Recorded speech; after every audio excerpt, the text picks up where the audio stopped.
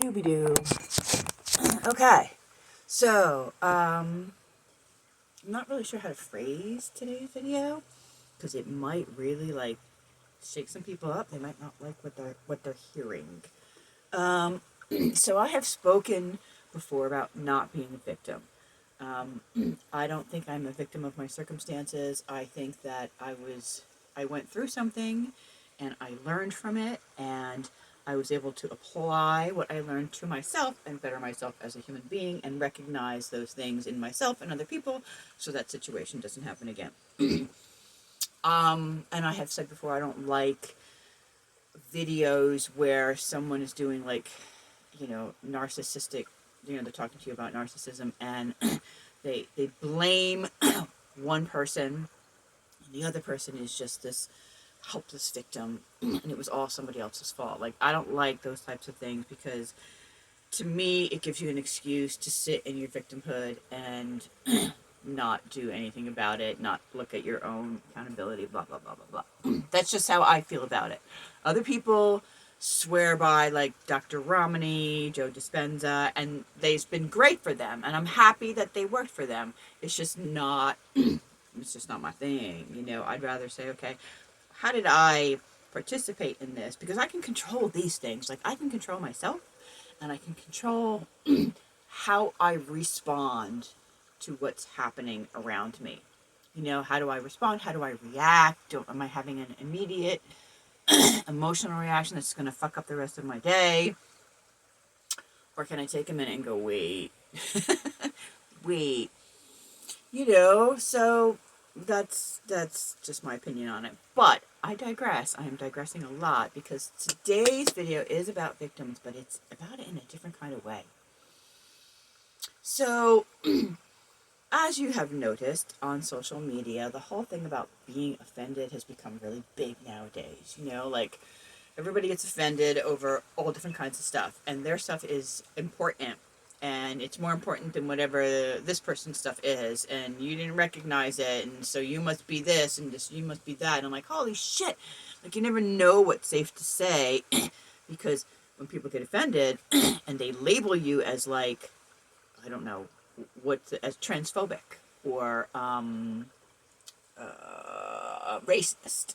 Okay, now I'm not saying that there aren't people who aren't transphobic or racist, because of course there are.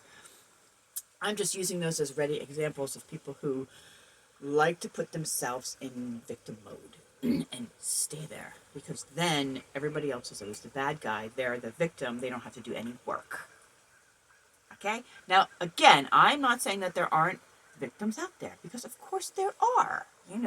I'm just saying that there are people out there that use that persona to gain attention. Yeah. So if you're a person who always wants to be the victim, you're a person who's always looking to get attention. That's just how that goes, you know? And maybe you want to change your attitude about that, because being the victim sucks, all your life. I mean, that's how you want to go through life? No, I don't think so. No. So anyway, um, you know, someone had mentioned that to me, and when I heard about it, I thought about all the different subjects that it could fall under, like that victimhood could fall under, including narcissistic survivors, I mean, and there's, again, I'm not saying there aren't people who are victims of racism and transphobia and the plethora of other things that are out there. Of course, those exist. But there are also people who see that as an opportunity, to like slide in there and get their feed, you know? Um, so I think it's really important to watch out for that. I was also having this conversation with a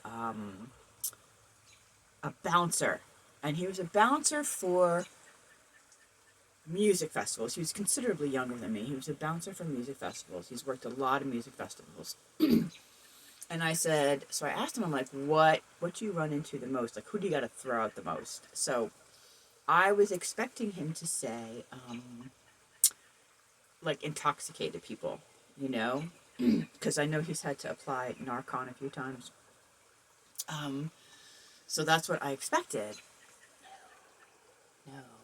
people who have been thrown out and banned the most are men who are part of the drum circle community. And I was like, what? Now, as you know, I have been part of the drum circle community for years and years and years. So this hits like very close to home. Now, as a woman, I can say I have had issues with men in drum circles, especially if they are intoxicated and, ugh. But, it's common. We get that. I did not know it was like the most, like the person that they throw out of the festival or ban from the festivals the most, but not for intoxication, for sexual harassment. I was like, what? Okay, so now I've talked to lots of women who've had shit happen at drum circles. As a woman, though, you kind of get used to it. Like wherever you go, there's some dude like hitting on you or giving you a hard time. And if they're inebriated, it's jacked up. But he didn't say inebriated. He just said, and maybe they were, who knows. He just said that was the people that he had to get rid of the most. So, wow, what a shocker.